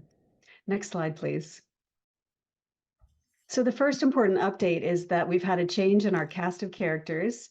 You have met many of these 10 members of the board, and highlighted there is Dr. Steve Brandt, whose term is ending, and so he's going to be leaving us. And I just want to take a minute to acknowledge Steve. We are losing one of our more colorful characters. He's known for effective use of humor, but equally known as a serious fisheries ecologist who has contributed tremendously to applying science to Delta management, and he will be greatly missed. I'm not going to try to go through all his accomplishments. They're too numerous for this venue, but I think understanding his efforts on the upper trophic level food web review, which I'm going to describe toward the end of this talk, is just a really good example of his dedication. So he spent many hours working to bring diverse researchers together to dive deeply into a problem at the science policy interface. And it really demonstrates the kind of thoroughness that he's given to many important science topics for Delta management. And also more generally, he's just been a strong promoter of the board. He kept it together during difficult times and has really helped, build a network of folks who understand the value of the board and how it can contribute to science. So we are grateful for his efforts. The next slide, please. So now you see we've shifted around, and there on the bottom right is our newest board member, Dr. Kenny Rose, who joined us in time for our last meeting. And Dr. Rose is the Franz Marek Professor in Sustainable Ecosystem Restoration at the University of Maryland Center for Environmental Science, Horn Point Laboratory. So yeah, a lot of words there. But what you really should know about him is his expertise is in quantitative fish ecology. His research encompasses not only fish ecology, but population dynamics, stressor response relationships, so how things like harmful algal blooms might influence fish, and of course, climate change effects. An interesting side note is that he brings a lot of institutional knowledge, since he was a member of the original CalFed Independent Science Board, which is a precursor to the Delta ISB, for those of you who might be too young to remember. And he's also participated in many workshops and advisory groups on Bay Delta issues. So he's really going to be hitting the ground running and knowing a lot about the system. Next slide, please. So, we never assume that you remember what we do. So we're just going to give you a quick reminder of our role. The Delta Independent Science Board provides oversight of the scientific research, monitoring, and assessment programs that support adaptive management in the Delta. We provide independent advice on the Delta plan, and we consult with the council on the appointment of the Delta lead scientist, which is ongoing right now. Next slide, please. And we work in two main ways. So we do what we call thematic reviews. And you may remember such great hits as water supply reliability estimation and the monitoring enterprise review are some recent reviews that you've had presented to you. And this is an ongoing process of us identifying science needs and digging in where we see there are opportunities to improve the science used for decision making. And then the other way we work is by reviewing agency documents. And so, of course, when asked, we review things, and even sometimes when we're not asked. So we do prefer if we get a period of time that's set aside for the ISB review, but lately we haven't been shy about just entering in our comments into public comment processes. Next slide, please. So you had an update fairly recently, and we've only completed one review since that last update, and that was comments on the draft staff report for Sacramento Delta updates to the Bay Delta Water Quality Control Plan, or the Bay Delta Plan, as we like to shorten it. And we basically were looking at whether our previous comments had been on the VAs and the scientific basis report and the memorandum of understanding, whether the final version or this draft version is responsive to our comments. Next slide, please. So here's some of the things we said in this review. So, we acknowledge that some of our comments were responsive to some of our comments, and we appreciate that. But some of the comments that were perhaps that we felt most strongly about were not fully addressed. And really, it comes down to it's unclear if the scope and scale of the monitoring, assessment, and reporting is sufficient for a rigorous, scientifically based program to support successful adaptive management. You really need concrete plans for data management, analysis, and synthesis to support detection of changes in a system as complex and dynamic as the Delta. So bottom line here, it's going to be hard to detect if the management changes are working. And so you really need a firm commitment to building the science that you need to monitor and assess. And then a related comment is that the metrics being proposed may not fully support an evidence-based adaptive management approach. So what we're really saying there is we'd like to see more thought given to what metrics are the ultimate performance metric that will tend to change the process. So when you're doing adaptive management, you're monitoring certain outcomes, and you maybe something hits a threshold that you don't feel is appropriate for the system, and you say, okay, if this gets below this or this gets above this, we're gonna revisit how we're doing this. And so that's also something that was lacking. And then finally, we just really strongly recommend that there be appropriate scientific and community input into the mechanisms used for adaptive management, and the mechanisms for providing funding are also really important. So that's just part of that, taking that approach really seriously, because it is going to be difficult. Next slide, please. Okay, now we get to review everything that we've done. So in 2023, we completed 3 document reviews: the Delta Conveyance Project Environmental Impact Statement, because we'd already done the Environmental Impact Report in 2022. The Scientific Basis Supplement Report to inform the Bay Delta Plan, and a pyrethroid research plan, which we were very happy to see and happy to review. And then, I don't know if maybe some of you have attended some of our webinars. We've been running a series of webinars to educate the community on a field called decision making under deep uncertainty. And I'll be explaining that a bit more in a minute. And then we've also completed 2 major workshops just recently on subsidence and food webs, which I'll also be describing in more detail. Next slide, please. So moving to the deep uncertainty first, I know you had a presentation on this, but never hurts to do a little review. Deep uncertainty is traditionally defined as just really unpredictability. So it means that the likelihood of future events and outcomes cannot be well characterized with existing data and models. It means that uncertainty can't be easily reduced. So it's not just a matter of collecting a few years of data and then you can know more. These things are very difficult to measure. And stakeholders may disagree on the consequences of action. So that prevents you from using best professional judgment of a way forward. So, and we have also, so that's the traditional definition.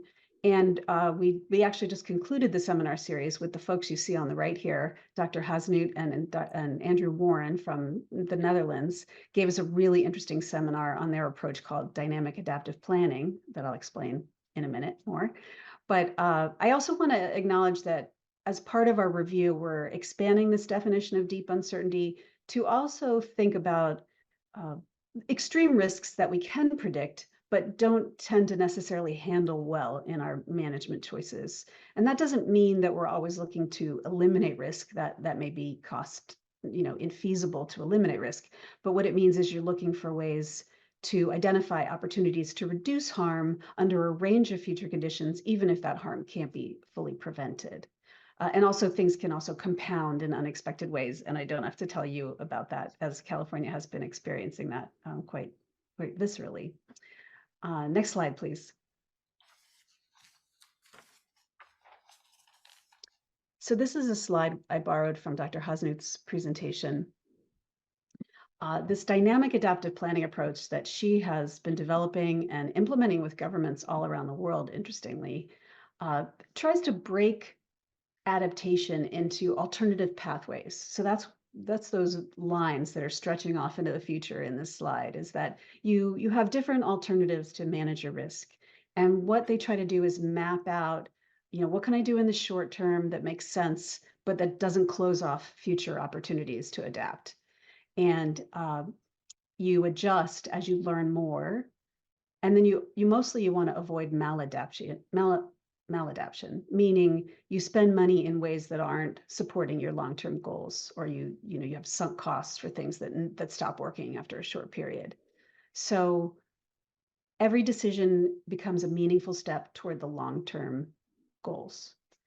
And I think a really simple analogy here is a chess game. I think of this as a chess game. So you're not just saying, what's the best way to get my queen down the board? You're saying, what steps can I take to protect her while I'm getting my queen down the board? I'm looking several moves ahead. And I think that's just really what these researchers are trying to bring to climate and other adaptation. Next slide, please. So this slide, you've seen it before. I had to give you another chance to admire Steve's freckles and my fashion sense. But this is just a transition to say I'm going to talk about the workshops now. Next slide, please. So you got a talk on subsidence already from Tom. So I'm gonna power through these slides. But just a reminder that the kind of subsidence that the Delta is trying to manage is this draining and decay of organic soils. And it's different from subsidence caused by, say, water pumping or other things. And it's, of course, a very big issue for the Delta. And again, I won't go through all these problems. I'm sure many of you know the problems, but basically you have a lot of vulnerabilities in the system because of this subsidence. Oh, sorry, next slide. That last comment went with this slide.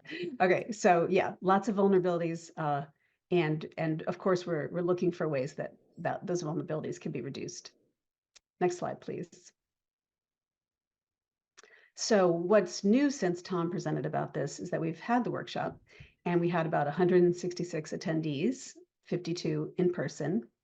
And the scope of the workshop was to synthesize and evaluate the state of the science related to the management of these subsided lands, and provide recommendations to address knowledge gaps. Next slide, please.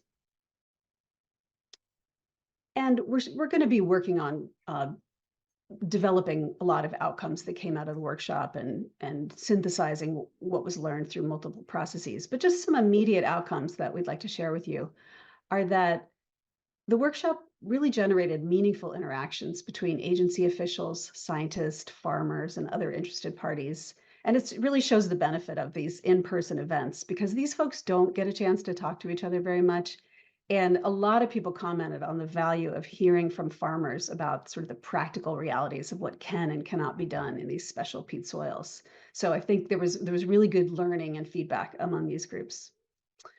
And then really we gained a lot of insights about opportunities for land management that can promote economic activities while also improving the environment. So obviously we're always looking for those kinds of solutions. Next slide, please. Okay, now I'll move on to the food webs workshop, which I have a little more results from, or a little more description of, since you haven't heard about this before. First, a sip. Okay, so what do we mean by food webs?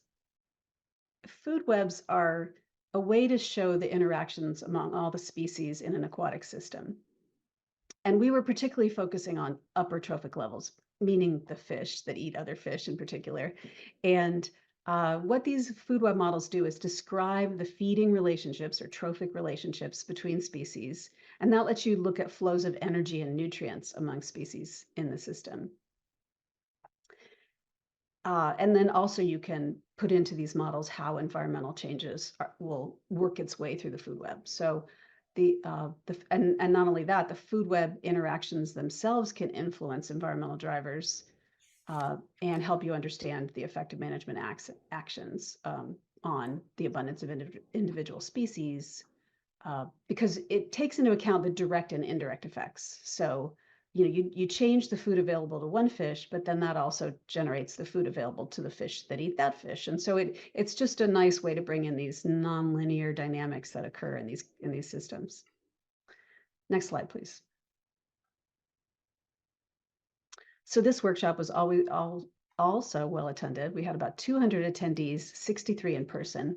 And the scope of the in-person part was to assess the importance of upper trophic level food web interactions in the Delta, and help identify where improved understanding and tools, i.e. food web models, might inform management. So in other words, we're really trying to flesh out where might these models make sense to address management needs, and at what level did they need to be developed to address those management needs. Next slide. And what was covered in the workshop basically fell into these three categories: that we had case studies where we learned how food web models are being used for management in other large complex ecosystems similar to the Delta. Tools and techniques. We learned about data collection techniques that are emerging that have the beneficial side effect of lowering the cost of understanding these interactions and also developing the models. And then application, people discussed the key management questions, science priorities, and science gaps to incorporate food web science into management. And it really just boils down to, if what we care about are commercial and recreational fish species and endangered species, these models can really help us gain a better ability to project the effects of management. Next slide, please. So looking ahead, and you'll be hearing more about the food webs review as we synthesize what happened at that workshop. But looking ahead to 2024, we will be completing the 3 thematic reviews that I discussed: the subsidence, food webs, and decision-making under deep uncertainty. And we really have the goal with all of those to provide useful recommendations. We'll be making, we're creating a memo right now to comment on the final environmental impact report for the Delta Conveyance Project. We're similar to our last review. We're looking at whether we find our comments were adequately assessed and reiterating points we think are important. We're also involved in the Delta lead scientist recruitment, and we'll be doing other reviews and activities. And I'll just spend a second to talk about some of those other activities that never really make it into the reports. But I just want you to know something, that as part of my leadership on the board, as a social scientist and in collaboration with Tanya Heikola, another social scientist on the board, and the social scientists that have been working with the council, we've really been trying to make real recommendations to focus more on the co-equal goals and think more about impacts to people. And I know we're not the only ones doing that. I heard lots about your meeting, about thinking about the people and how it affects businesses and individuals and homeowners. So, but really helping further the science through mentoring folks and offering suggestions in a more informal way is also one of the ways we act. And that goes on in other areas as well. I'm just most familiar with the social science push, as it were. So I'll stop there and I'll take any questions. Thank you so much, Lisa, for that presentation. I'll ask the council if they have any questions. I have a question. Excellent. So I think the whole exploring adaptation pathways is a very interesting and important concept in a way that changing nature and how unpredictable it is necessitates for us to have more than one approach or one strategy, correct? What I'm interested in is the strategies. I mean, we know that we deal with this unpredictability in a huge way. And first question is it a natural, is unpredictability natural and we've always dealt with it, but the impacts of it have not been so bad, number one. And the number two question is, do we develop these different scenarios now, or we have to wait until things happen and then we develop the scenarios of these paths that you were talking about? So those are my two questions. Yeah, excellent questions. So yes, of course, we've always had unpredictability, but what is changing primarily due to climate change, but not only climate change, is that past data isn't as good a predictor of the future as it used to be. In science, we call this non-stationarity, in that, we used to know what the maximum rainfall in California was based on looking back, but now it's not, right? So that's part of the push for paying more attention to decision making under uncertainty, is that we're getting our predictive capacity is getting worse. Yeah. So it's that thing that you almost feel like you don't know enough because of the change of the data and the trend and all that. Okay.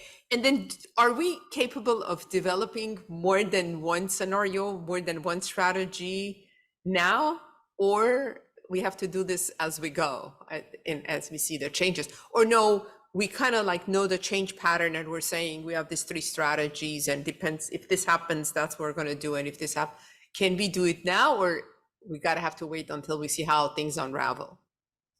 Or both? Yeah, well, you've really hit the nail on the head of what we're investigating with we're actually reviewing how scenarios are developed and what we think would be effective. So scenario analysis can be limited by our own thinking is one of the problems, is that, maybe we're not thinking creatively enough about some of the solutions, or recognizing that what we think is going to work in the short term, we're not honestly looking at when it's going to fail under more extreme scenarios, and thinking through, like, if sea level rises faster than we've predicted, would we still choose this option? I think, we want to raise these questions with the folks who are making important decisions and see what, whether this method of scenario analysis could be improved to be more effective, to consider reducing harm under more extreme circumstances, or just look for ways to get out in front. The example is that ArcStorm experiment that was done, where all the agencies looked at an extreme flooding event, in part to see who would have responsibility for different actions under an extremely high storm, event. And so it's not necessarily a matter of we're going to build the perfect infrastructure that will prevent harm. It's more making sure you're always looking to minimize harm and thinking 3 steps ahead. So with this technique, and I'm not an expert in this technique, and but my understanding is that you try to think through what are some alternative pathways. One common thing to think about is resist, retreat, mitigate, kind of options. And for sea level rise, this is a common application. And so, probably you're looking to resist as long as possible, and then you're looking to switch to another adaptation pathway when that becomes cost ineffective or just cost prohibitive or something like that. So that's an example, but you can build them out in many ways. These three things are important. You said resist, retreat, mitigate. I mean, those are kind of tools. It's a toolbox from which we can use. You can use to probably even develop scenarios and all that. It's Exactly. kind of tools we have. My last question is, I remember in another life when I was dealing more with water, air quality issues, and this issue was always out there that, you know, oxidation and then subsidence of the delta and creation of CO2 and biggest source and all that. What is there, and this is a talk that, you know, has gone on for a long time, and we know that it's the reality of what it is. And do you, I mean, is there some kind of a trajectory of looking forward to this and see in extreme situation what this could do or not? I mean, do we know? I think there are people who have a pretty good idea. Like, this is not my area of expertise, but I know in terms of, for say, levy risk assessment, you know, that's been well assessed. And I know I've heard from folks scenarios they have in their mind about ways in which levy management might change after certain events or something like that. So I think, but really what the board is trying to look at is, can we stave off some of those events through different types of land management? So, you know, there's many ways to look at it. I think that's the important thing. I mean, if we can't do anything about it, is that, I mean, in our, you know, in our capacity, within our, space where we operate. Okay, thank you. Thank you, Maria. Councilmember Burgess. Lisa, thank you. You've expanded my vocabulary. No, truly, because I think while we're talking about the Delta and we're talking about water supply, you're an economist, correct? And, you know, we're looking at all kinds of uncertainty and adaptation and a lot of other things. And so when I see, you know, that we were talking about what was going on in San Diego, we were talking about 1,000-year storms. You know, when we talk about investing in infrastructure, we can't invest in what we consider a 1,000-year storm. We invest in, you know, 100-year or 200 or maybe 500, you know, depending. But what you're talking about is that we have uncertainty because things have changed. We can't even plan on what that means anymore because those numbers are changing. And so it's not only scientists having to look at the uncertainty and give their best advice and guess and whatever, but it's also about how we invest in infrastructure. And it's also how we set up expectations for people.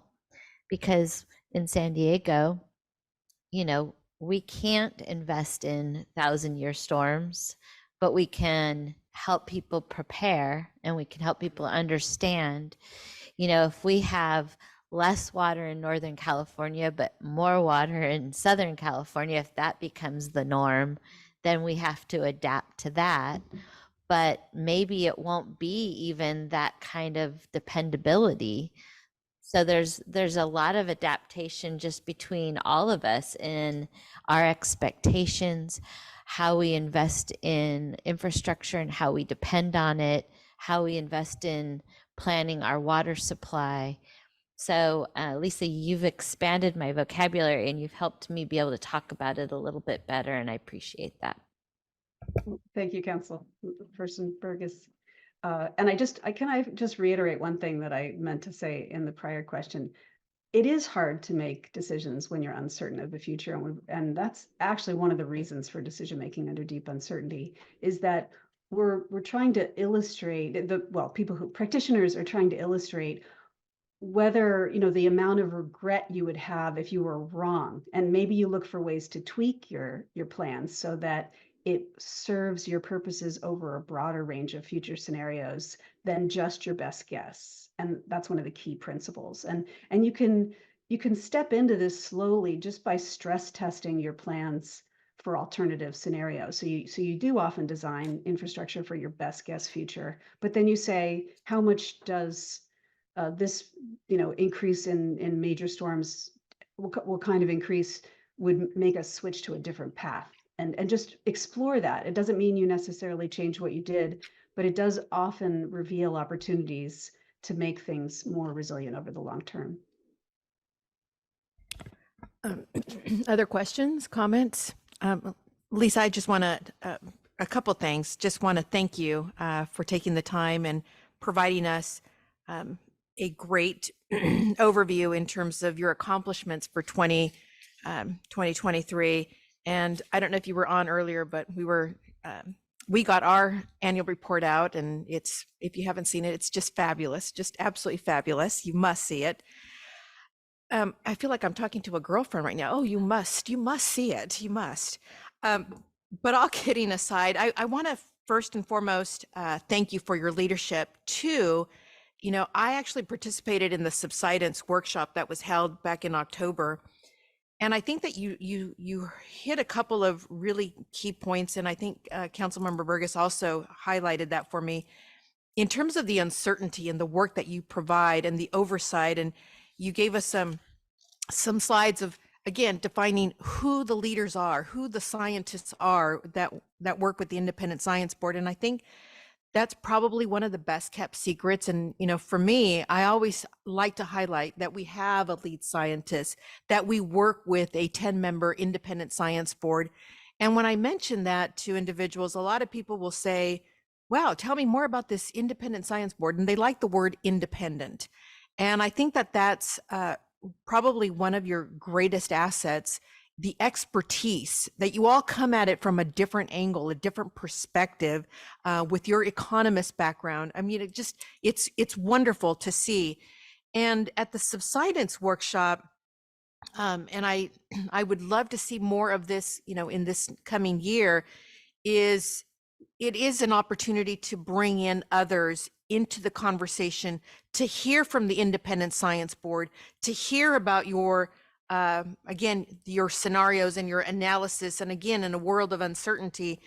And I think that when I walked away and to hear again the farmers that were part of that discussion, how can we broaden that again, even further to, again, diversify the audiences that are participating in this, who can gain so much knowledge from your expertise, but also twofold for the Independent Science Board to learn from their perspective as well, as we all come to this together.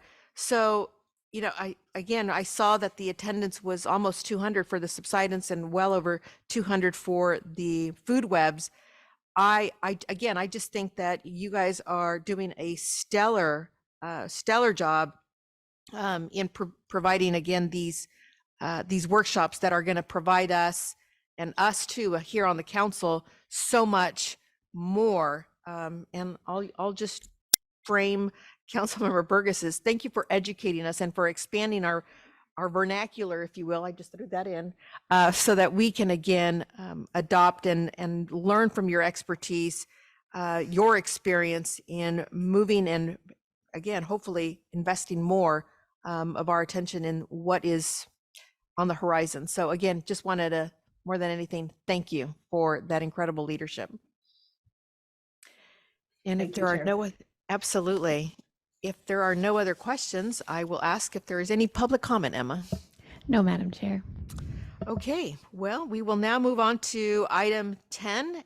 I'm sorry. No, we're not. We just finished with you, Lisa. We'll move on to item 11, and that is preparation for our next council meeting. The next council meeting will actually take place on February 29th and March 1st at the Gene Harvey Center in Walnut Grove.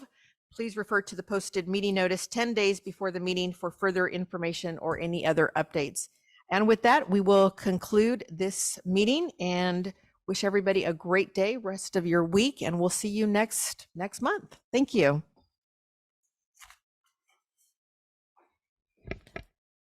Thank you.